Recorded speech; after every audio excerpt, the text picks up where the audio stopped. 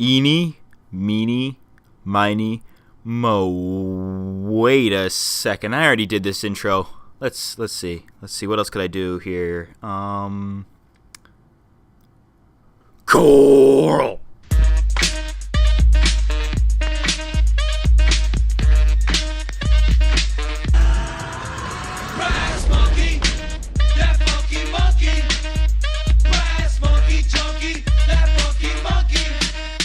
So with The Walking Dead Season 7 currently underway, we're gonna have to get used to seeing Negan around Rick and the survivors. In the comics and TV show, Negan is a major villain and will definitely be a huge threat for seasons to come. The cool thing about his character is that he's the antagonist and you really want to hate him, especially considering what he put our survivors through, but he's just so darn likable. Believe me, I've tried to hate him, but he's just got an interesting way with words, and the way he handles certain situations is very off, to say the least. It wasn't until Season 7, Episode 4, where Negan and the Saviors visit Alexandria, that I noticed something about Negan. Rick and the other members of the group had multiple opportunities to kill Negan, yet they didn't. There was even a moment where Rick and Negan were alone. Rick had Lucille and Negan was literally defenseless, but Rick didn't do anything about it. He just stood there and dealt with Negan's bullying. He basically... Wait, let's let Negan take this one. I just slid my dick down your throat, and you thanked me for it. Yeah, that pretty much sums it up. So it's no secret that Negan has no issue killing people and making witty remarks in inappropriate scenarios, but why does he do this? Why is he so off? How does he instill fear into anyone around him, so much so that he has the Saviors worshipping him as a god? Well, the answer is that Negan is a psychopath. Now before we start to analyze Negan's psyche, we first need to look at the characteristics that define a psychopath. Psychopathy, according to Wikipedia, is a personality disorder characterized by persistent antisocial behavior, impaired empathy and remorse, and bold, disinhibited egotistical traits. There are 20 characteristics that qualify someone as a psychopath according to something known as the Hare Psychopathy Checklist. These characteristics are glib and superficial charm, grandiose estimation of self, need for stimulation, pathological lying, cunning and manipulativeness, lack of remorse or guilt, shallow affect, callousness and lack of empathy, parasitic lifestyle, poor behavioral controls, sexual promiscuity, early behavioral problems, lack of realistic long-term goals, impulsivity, irresponsibility, failure to accept responsibility for one's own actions, many short-term marital relationships, juvenile delinquency, revocation of conditional release, and criminal versatility. Each characteristic is rated on a scale of 0 to 2, with 2 being the closest to being a psychopath. The average person scores about a 5 out of 40, and having a score of 30 or above requires an actual diagnosis, but normally those who score about a 20 or over are diagnosed with psychopathy. Now that we know these traits, we can go through the list and give Negan a score. Starting with glib and superficial charm, Negan has that down to a science. Negan is constantly being sarcastic and calm in situations that do not call for it. For example, in the Season 7 premiere, Negan kills 2 people with no issue and still acts calm while talking to Rick. Everyone there was shaking in their boots, yet Negan was still smiling and cracking jokes. He would definitely score 2 on this trait. Next is a highly exaggerated estimation of self, which is a fancy way of saying narcissism. Negan is most definitely a narcissist, which is a personality disorder all in of itself, but Negan is always seeing himself as the greatest. He expects people he's never even met to bow down to him in fear, as we see in the Season 6 finale. This is also a score of 2. The next trait is the need for stimulation. This means that Negan is constantly searching for some kind of thrill, which he does do occasionally. He seems to find enjoyment in the pain of others. In the season premiere, for example, he forces Rick onto the roof of the RV in the middle of a herd of walkers to retrieve his axe. Negan shoots at Rick, corralling him off the roof, and just when it seems as if he's not going to make it, Negan helps him out by taking out the walkers at his feet. This is just one big game to him. However, Negan isn't always searching for a reason to torture somebody, so he gets a 1 on this. Next up, we have pathological lying, which in case you don't know, is compulsive lying even when it isn't necessary. Negan surprisingly doesn't lie very often. He's actually a man of his word. For example, in episode 4, Negan says that if they don't find the 2 missing guns, he'll kill Olivia. Once Rick finds them, Negan keeps up his end of the deal. We know from the comics that Negan used to be a high school gym teacher, so lying isn't necessarily his strong suit, which leads into our next trait. Negan gets a 0 on this. The 5th characteristic is cunning and manipulativeness. Negan is, as Keemstar would say, a master manipulator. He's very good at manipulating people to get what he wants. He manipulates Rick constantly by threatening his group with even more death if he doesn't comply. It's essentially the post-apocalyptic version of blackmail. He even manipulated Dwight in order to marry Sherry by threatening to kill him. Needless to say, Negan gets a 2 on this as well. The next one is pretty self-explanatory: lack of remorse or guilt. Negan has no problem killing people right in front of their families. In fact, he smiles and laughs afterwards and while doing it, so if that doesn't qualify as a 2, I don't know what does. The next trait, shallow affect, is basically giving people the cold shoulder when they try to be social to you. Negan is a very social guy, to say the least. As we've established earlier, he thinks very highly of himself. As we see in episode 4, he is okay with people trying to be nice to him, but is very sarcastic and snarky when he talks to anyone who is, such as Father Gabriel. I'd give him a 1 on this simply because he's not opposed to social interaction, but he doesn't know how to not be a jerk about it. Number 8 is very similar to number 6, which is lack of empathy. Negan doesn't care who lives or dies, he just wants stuff. He shows no feelings of empathy towards anyone. In fact, when killing Abraham, Glenn, or even Spencer, he mocks the fact that he does not care. Oh, hell. I can see this is hard on you guys. I am sorry. I truly am. But I did say it. No exceptions. Negan gets a 2 on this. Up next is a very obvious one, which is a parasitic lifestyle. Negan is an expert at leeching off of others. His entire system of forcing other communities to produce things for him so he doesn't have to work is evidence of this. Why bother working yourself when you could just have everyone else do it? In the mid-season finale, it was very evident that Negan was not welcome in Alexandria, so if that does not qualify as parasitic, I don't know what does. This adds another 2 to the scoreboard. Up next is poor behavioral controls or anger issues. Negan doesn't necessarily have a short temper, but certain things seem to agitate him. For example, Carl pointing the gun at him in episode 4, or when Dwight left the sanctuary off-screen, made him angry, but those things are somewhat understandable. He isn't inherently short-tempered, but he certainly gets ticked off easily by things. I'd give him a 1 on this one. Number 11 is promiscuous sexual behavior, which basically means that he gets around. In episode 707, Negan is seen having multiple women, likely for sexual purposes. As Negan would say, for him it's always Happy hour at the pussy bar. However, Negan is very much against sexual assault, but the checklist says nothing about that, just that he has multiple partners, so Negan gets another 2. The next trait, early behavioral problems, doesn't apply here because we've never seen Negan prior to the age of 13, so there's no way of knowing if this applies. Due to the lack of information, we're going to have to give him a 0 for this one. Our next trait, the lack of realistic long-term goals, somewhat applies here. Negan's system involves taking from others to get what he wants. However, he has never thought ahead as to what could happen if all the communities under his rule were to run out of supplies for him. In the comics, Rick tells Negan what is wrong with this system and how instead of just taking from everybody, there should be an intricate trading system, and Negan is baffled and intrigued by this. He doesn't think long term, but he still gets a 1 because he does have a fail-safe in the event that someone doesn't comply. He kills him. I'm not sure if you caught on to that yet. The next characteristic is impulsivity, which basically means that he's playing everything by ear.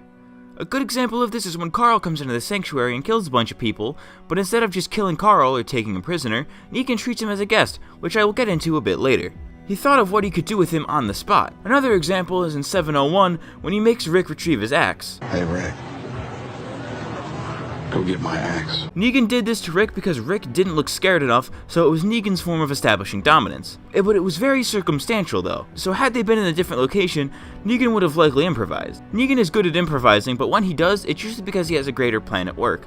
This is partially why he received a 1 on the last trait, because he lacks short-term planning, but is capable of seeing big picture as long as things go his way. Negan gets a 1 on this trait as well. The next trait is irresponsibility. Negan is surprisingly responsible, however, I would still give him a 1 on this simply because of his failure to honor contractual agreements, as Rick stated in 708. We had an agreement, Rick! Look, everybody, it's Rick! Next up is failure to accept responsibility for one's own actions, which Negan does do often. For example, after killing Glenn, he makes sure Daryl knows that that was on him. Negan did not see that as his kill. Killing Spencer is another example. I didn't kill him, he did. It was all on him. Negan kills people when other people fail to comply, so he doesn't see those deaths as on his conscience. I'd give Negan another 1 on this one. Trait number 17 is having many short-term marital relationships, which is very similar to number 11. As stated earlier, Negan has many wives and takes pride in it, so much so that he shows them off to Carl. I definitely think that is worthy of a 2. Number 18 is not applicable for the same reason as 12, which is that we haven't seen Negan at ages 13 to 18, so this is another 0 by default. Next up is revocation of conditional release, which is basically taking away a criminal's probation if they do things like fail to appear in court. I think you can see how this is also not applicable. Last but not least is criminal versatility, which means that he is very proficient in different criminal offenses and takes pride in them. Technically, there are no laws in the apocalypse, but if we look at what Negan has done, such as murder, trespassing, theft, abduction, torture, and arms trading, we can see that he definitely takes pride in his work, which adds another 2 to the board. So that's everything, and if we tally up the score, we can see that Negan scores a 24 out of 40, which doesn't seem that bad at first, but remember that the average person scores about a 5, and in the world of The Walking Dead, a good deal of people would likely score about a 10 due to all the trauma. While a 24 would not qualify the need for an actual medical diagnosis, and I am by no means a doctor, a 24 would certainly qualify Negan as a psychopath in my book. While we're on the topic of psychology, we should take a look at some of the ways Negan implements psychological warfare. He does this in almost every episode he's in, to the characters, but also to the audience. Let's start in-universe and go through each episode that Negan is in, starting with 616 and 701, since they're basically the same episode. The Season 6 finale was Negan's introduction, so he had to make a big impression on these characters. The entire purpose for Negan doing this was to mentally break Rick so that he is compliant. When you break the leader, you break the rest of the group. At the big eeny meeny miny mo scene, his choice to kill Abraham was not at random, if his improper usage of eeny meeny miny mo wasn't evidence enough. This clip here shows the moment Negan chose to kill Abraham.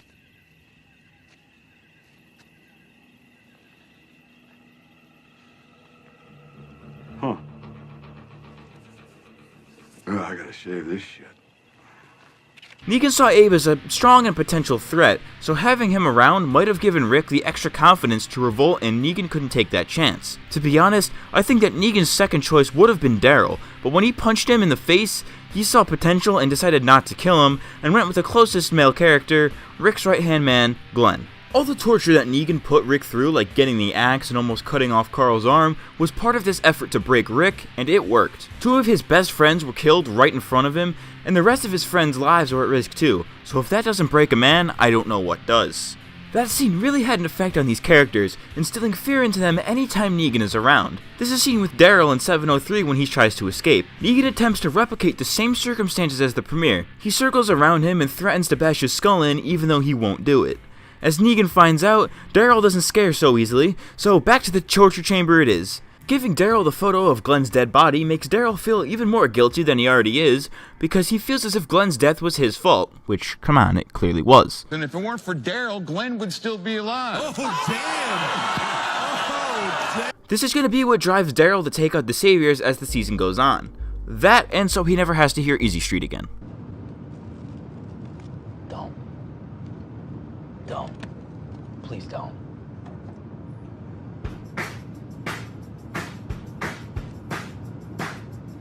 We're on Easy Street. 704 is a big episode for psychological warfare. Negan comes to Alexandria unannounced and just invites himself in. The Saviors took their stuff, but they also took their confidence. They don't have beds, guns, or a leader who can help them. It is here that Rick is essentially fully compliant, so the rest of the group starts going against his wishes. Rick feels powerless because his group is all over the place mentally, and he has no way to stop the Saviors at the moment, so he has nothing else to do but take his metaphorical beating like a man. The group is more divided than ever, exactly what Negan wanted. 707 is the next episode Negan appears in, and in this episode he attempts to convert Carl to his side, which doesn't exactly work out because Carl is very stubborn. It's in this episode though that Carl realizes why Negan hasn't killed him, Daryl, or Rick yet. Carl knows he's a pawn for Negan and is essential in controlling Rick. Negan takes a stab at Carl's confidence here by making fun of his eye, or rather his lack thereof, as well as making him recollect the day his mother died. He's trying to make Carl vulnerable to suggestion so he can make him do things when he needs him to. We know that this isn't going to work out because Carl is back with his father, so he's protected under good influence. Season 7 episode 8 was more of an audience-based episode, but it still has a very profound impact on the characters. Negan plays house for a bit with Carl and Olivia and is basically an unwanted house guest. Spencer tries to suck up to Negan and maybe get into his inner circle, which backfires when he kills him. Negan sees right through him. Figuratively, not literally. Even though Negan didn't pull the trigger, Olivia's death will likely have an impact on these characters as well, as she was always kind of a mother to everybody at Alexandria, even though she was such a minor character.